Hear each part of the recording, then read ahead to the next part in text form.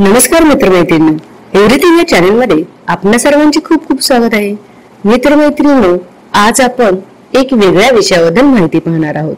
चला तर मग पाहूया कोणता आहे तो विषय. चाणक्य यांच्याबद्दल आज आपण माहिती पाहणार आहोत. चाणक्य हे एक शिक्षक, तत्वज्ञानी, अर्थशास्त्रज्ञ आणि राजकारणी होते, ज्यांनी अर्थशास्त्र, राजकारण आणि अर्थशास्त्राचे विज्ञान हा भारतीय राजग्रंथ लिहिला. मौर्य राजवंशांच्या स्थापनेत त्यांनी महत्वाची भूमिका बजावली. एका गरीब ब्राह्मण कुटुंबात जन्मलेल्या चाणक्यांचे शिक्षण भारताच्या वायव्य भागात असलेल्या तक्षशिला येथे झाला. ते अर्थशास्त्र, राजकारण, युद्धनीती, वैद्यकशास्त्र आणि ज्योतिषशास्त्र यासारख्या विविध विषयांमध्ये सखोल ज्ञान असलेले एक उच्च विद्वान व्यक्ती होते.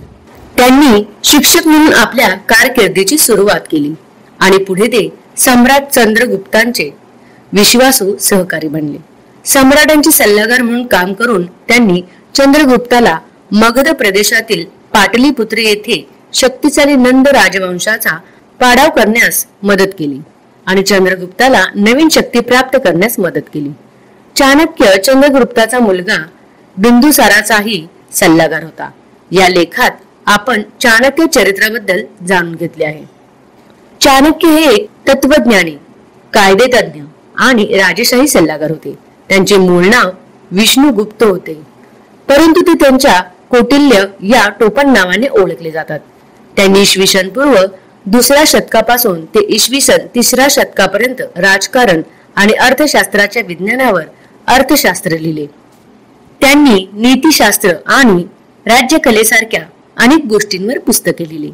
त्यांनी प्रसिद्ध मौर्य सम्राट चंद्रगुप्तांचे राजकीय सल्लागार म्हणून काम केले आणि राज्याच्या विस्तारात त्यांना अनेक श्रेय दिले गेले आहे. नंतर ते चंद्रगुप्तांचा मुलगा बिंदुसार यांचे सल्लागार बनले. चाणक्यांचे बालपणीचे दिवस. चाणक्यांचा जन्म एक ब्राह्मण कुटुंबात झाला. त्यांचे शिक्षण वायव्य प्राचीन भारतातील तक्षशिला येथे झाले.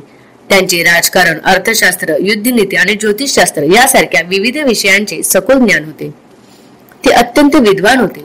शिक्षक म्हणून आपल्या कारकिर्दीची सुरुवात केली आणि नंतर ते सम्राट चंद्रगुप्तांचे विश्वासू सहकारी बनले.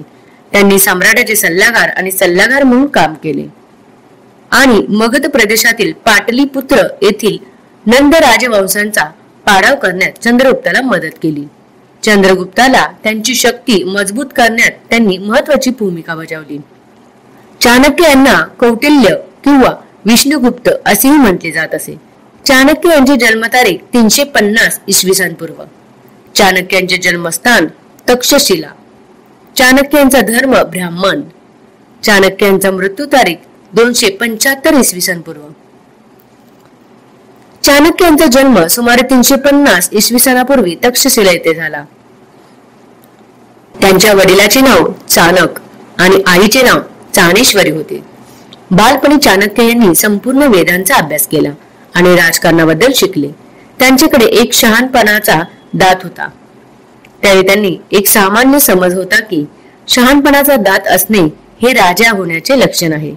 एका ज्योतिषाने तो मोठा होऊन राजा होईल आणि राजा झाल्यावर तिला विसरून जाईल असे ऐकून त्याची आई घाबरली.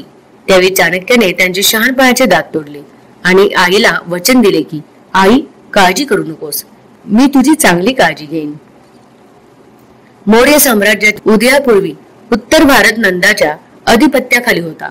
योग्य प्रशासनाच्या अभावामुळे नंद साम्राज्याचे राजे लोकांचे शोषण करत होते. धनानंद सारख्या दरोडेखोरांना दूर करण्यात आणि मौर्य साम्राज्याची स्थापना करण्यात चाणक्याने मोठी भूमिका बजावली. चाणक्य यांना जन्म इसवी सन पूर्व 350 मध्ये एका ब्राह्मण कुटुंबात झाला होता. जरी त्यांच्या जन्मस्थानाची माहिती अद्याप अस्पष्ट आहे. जैन लेखक हेमचंद्र यांच्या मते त्यांचा जन्म गोळला प्रदेशातील चाणक गावात चाणेन आणि त्यांची पत्नी चाणेश्वरी यांच्या पोटी झाला होता. उलट चाणक्य यांच्या वडिलांचे नाव चाणक असल्याचा दावा करणारे इतर स्तोत्र आहेत. त्यांनी तक्षशिला येथे शिक्षण पूर्ण केले आणि ते एक सुशिक्षित तरुण म्हणून मोठे झाले.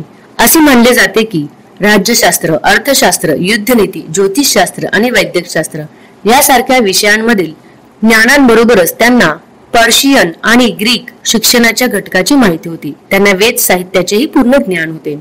शिक्षण पूर्ण झाल्यानंतर चाणक्य तक्षशिला नांदेला जवळच्या भागात शिक्षक म्हणून काम करू लागले. आज्ञाने सुंदर असलेली स्त्री तुम्हाला आयुष्यभर आनंदी ठेवू शकते, म्हणून त्याने त्यांचा ब्राह्मण वंशातील यशोधरा नावाच्या मुलीशी लग्न करण्याचा निर्णय घेतला. ती त्यांच्यासाठी सुंदर नव्हती. तिचा काळा रंग काही लोकांसाठी विनोदाचा विषय ठरला. एकदा यशोधराने चाणक्यासोबत तिच्या भावाच्या घरी एका समारंभाला जाण्याचे ठरवले. तेव्हा सर्वजण चाणक्याच्या गरिबीची खिल्ली उडवत होते. ती परिस्थितीवर नाराज होती, म्हणून तिने त्याला राजा धनानंदाला भेटून काही पैसे भेट म्हणून देण्याचा सल्ला दिला. धनानंद यांच्याशी भेट. त्यावेळी मगधचा सम्राट धनानंद यांनी पुष्पपुरी येथे ब्राह्मणांसाठी भोजनाचे आयोजन केले होते. राजा धनानंद यांच्याकडून अखंड भारताबद्दल काही सूचना देऊन काही भेटवस्तू मिळाव्यात या इच्छेने चाणक्य देखील भोजनाला उपस्थित राहिला. परंतु धनानंद हा खूप अहंकारी राजा होता आणि त्याने चाणक्याचे क्रूप रूप पाहून त्याचा अपमान केला आणि त्याच्या सूचनांना थेट नकार दिला. तेव्हा चाणक्य खूप रागावला आणि त्याने नंद साम्राज्याचा नाश करण्याची प्रतिज्ञा केली. मग धनानंदाने त्याच्या लोकांना त्याला अटक करण्याचे आदेश केला. पण चाणक्य तेथून वेशात पळून गेला. धनानंदाच्या दरबारातून पळून गेल्यानंतर चाणक्य यशस्वीरित्या लपला आणि मगधच्या आसपास राहू लागला. त्या काळात त्यांनी त्याची प्रतिस्पर्धी धनानंदाचा मुलगा पप्पट यांच्याशी मैत्री केली. चाणक्य पब्बटांचे मन जिंकू लागला आणि त्याला एक शाही अंगठी मिळाली व तो जंगलात गेला. चाणक्याने आपल्या बुद्धीचा वापर करून त्या राजेशाही अंगठीतून 80 कोटी सोन्याचे नाणे मिळवले. जंगलात खड्डा खोदून इतकी सोन्याचे नाणे सुरक्षित ठेवून तो एका व्यक्तीच्या शोधात नेण्यासाठी गेला. तो त्याला यशस्वीरित्या धनानंद संपू शकेल. चाणक्य अशा व्यक्तीच्या शोधात होता जो धनानंदाचा नंद राजवंशाचा मुळापासून नाश करू शकेल. त्याच वेळी चाणक्याच्या नजरेत चंद्रगुप्त दिसला. त्यानंतर चाणक्याने त्याच्या पालकांना 1000 सोन्याचे नाणे दिले आणि त्यांना त्यांच्यासोबत जंगलात घेऊन गेला. सध्या चाणक्य धनानंदाचे डोके काढण्यासाठी 2 शस्त्रासह तयार होता. जर चंद्रगुप्त त्याच्यामध्ये असेल तर दुसरा पब्बर होता. चाणक्याने त्या दोघांपैकी एकाला प्रशिक्षित करून त्याला सम्राट बनवण्याचा निर्णय घेतला. त्याने त्याच्यामध्ये एक छोटीशी परीक्षा घेण्याचे ठरवले. त्या परीक्षेत चंद्रगुप्ताने यशस्वीरित्या पब्बताचे डोके काढले आणि तो विजयी झाला. एखाद्या व्यक्तीचे वर्तमान परिस्थितीवरून त्याचे भविष्य कधीही ठरवू नये, कारण वेळेत कोळशाला चमकदार हिऱ्यात बदलण्याचीही शक्ती असते. माणसाने खूप प्रामाणिक असू नये. सरळ झाडे नेहमीच आधी तोडली जातात आणि प्रामाणिक लोक प्रथम फसवले जातात. जोपर्यंत शत्रूची कमकुवतपणा माहित नाही तोपर्यंत त्याच्याशी नेहमीच मैत्रीपूर्ण संबंध ठेवले पाहिजेत. आपले शरीर एके दिवशी क्षय पावेल. संपत्ती कायमची नसते आणि मृत्यू नेहमीच जवळ असतो. म्हणून आपण स्वतःला चांगल्या कर्मामध्ये गुंतवले पाहिजे. या 7 जणांना झोपेतून उठवू नये. साप, वाघ, डंकणारा कुत्रा, लहान मूल, राजा, इतर लोकांच्या मालकीचा कुत्रा. नेहमी दुसऱ्यांच्या चुकांमधून शिका. तुम्ही त्या सर्व स्वतः करण्या इतके जास्त काळ जगू शकत नाही. तुमच्या मुलाला पहिल्या 5 वर्षापर्यंत प्रिय व्यक्तीसारखे वागवा. ते 16 वर्षाचे झाल्यानंतर त्यांना मित्रासारखे वागा.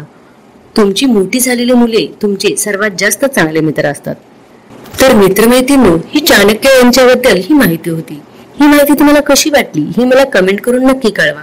आणि असेच विविध प्रकारचे व्हिडिओ पाहण्यासाठी आमच्या चॅनलला लाईक आणि सबस्क्राईब करा आणि बेल आयकॉनला प्रेस करा. धन्यवाद.